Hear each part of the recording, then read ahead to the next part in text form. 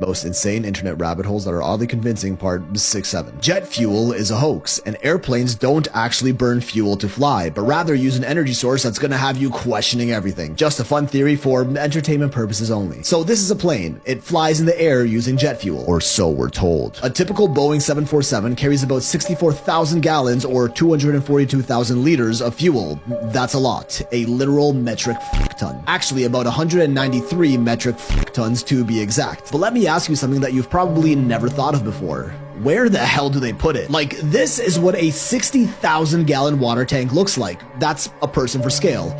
It's massive. We're told that more than this amount of fuel is stored in the wings of the plane, and that part's not a myth, that's actually what they tell us. And the question people are asking is, where? How exactly do 64,000 gallons fit in these wings? Like, this entire tank is really squeezed into those thin sheets of metal? It just visually doesn't make any sense. And then think about the time that it takes for an airplane to refuel. When you're at an airport, you usually don't see the fuel pump connected to the plane for more than a couple minutes at a time. A regular car takes only about 12 gallons of fuel, and let's say 2 minutes to fill up. Even if these jet fuel pumps pumped at 10 times the rate of a regular car gas pump, do the math, and it should take around 9 hours to fill just half of the plane's 64,000 gallon capacity. Yet we somehow never see a plane getting pumped for more than a couple minutes, if even at all. Sure, they'll tell you these jet fuel pumps are actually way more powerful than that, and can pump fuel at a rate hundreds of times faster than car gas pumps, all going through this hose with a 1 to 2 inch inner diameter, which is actually how wide they are on the inside. Go search it up. All of this fuel which goes to power the turbines, and this is where it starts getting fun. Because here's what a turbine from a typical airline jet looks like, pretty standard. And here's the ceiling of the Hoysala temple in India, an ancient temple that is said to have been built around 1150 AD, but some argue it could be much, much older than that. Now, ancient India has some of the wildest temple architecture and design anywhere on earth, like Kailash, a whole last temple that was carved into the bedrock of the cliff around it, an absolute marvel of ancient engineering. The pillars found inside these temples are so symmetrical, so insanely detailed, they look like they're 3D printed, made hundreds, if not thousands of years ago, and also appear to have been made for much more than just aesthetic purpose, because the engineering behind these pillars is nothing short of miraculous, with moving stone parts that can be physically rotated like they're part of a machine. Some of them aren't even connected to the ground, and just how on earth did they pull that off? Meanwhile, others can fully rotate and spin around. Like, we're talking stone pillars built over 800 years ago, engineered like modern machinery. And I don't see any reason why anyone would go through the painstaking lengths of making stone pillars that can spin unless they had a functional purpose. Oh look, here's one with a stone ball inside of it. Just how? Anyway, these ancient Indian temples really deserve their own video, which I'll cover some other time, but for now, let's focus on the pillars. These pillars are so meticulously designed with incredible laser-like detail and precision, near perfect circular symmetry that look like they were made with modern technology, and also happen to be in a similar shape of an airplane turbine engine. This is where we go a little off the rails. Remember, entertainment purposes only, right? Many fringe theories state that ancient temples and buildings like these were actually power plants that provided energy for past civilizations, like the pyramids of Egypt in the Giza power plant theory, and the same is thought of the temples of ancient India like Kailash and Hoysala, which used specific ancient mechanisms and esoteric knowledge to harness atmospheric energy from the sky to power their ancient societies. I told you this was gonna get weird. Well, now it's being said that same technology is actually being used in modern airplanes, which only use the jet fuel to take off, and once they reach a certain altitude, they tap into this atmospheric energy to stay lifted and move fast, which they would have better access to because of how high planes fly, and that's where this energy is supposedly found. Tartaria technology, Nikola Tesla technology, zero-point energy being used right under our noses, all while taking money out of our pockets with expensive plane tickets, blaming it on the copious amount of jet fuel they allegedly need, when they're actually just using the free, unlimited atmospheric energy harnessed by our ancestors. Absolutely insane, I know. But listen, a Boeing 747 can weigh up to 220 tons, while an Airbus 380 can go up to 600 tons. Have you ever stopped to think about how much of a modern miracle it is for a 600-ton metal behemoth to fly through the air for 6 16 plus hours on end, and all it takes is 4 of these jet turbines, for how powerful they are, aren't even really used anywhere else except for aviation. But even so, someone has to make these engines, and surely it would be much too difficult to keep something like this a secret with hundreds of companies all manufacturing them, right? Well, actually no, because only 3 companies own 99% of all turbine manufacturing in the world: GE Aerospace, Pratt & Whitney, and Rolls-Royce. Any other manufacturer is in some way associated with these big 3. And of course, all of these companies have the usual suspects, Vanguard and BlackRock, as their top shareholders, the 2 mega companies that own everything, who control the 3 companies that essentially power every airline on the planet, also making it almost impossible for anyone else to make their own commercial turbines, with regulations, gatekeepers, certifications, and import controls, to keep their oligopoly in power and free from independent producers to keep this technology as close to their chest as possible. Like, are 4 of these turbines really enough to keep a 600-ton airplane suspended in the air, traveling at hundreds of miles an hour for hours on end, propelled by just the air? I mean, maybe they are. This is what internet rabbit holes are all about after all. Roast me in the comments if you disagree.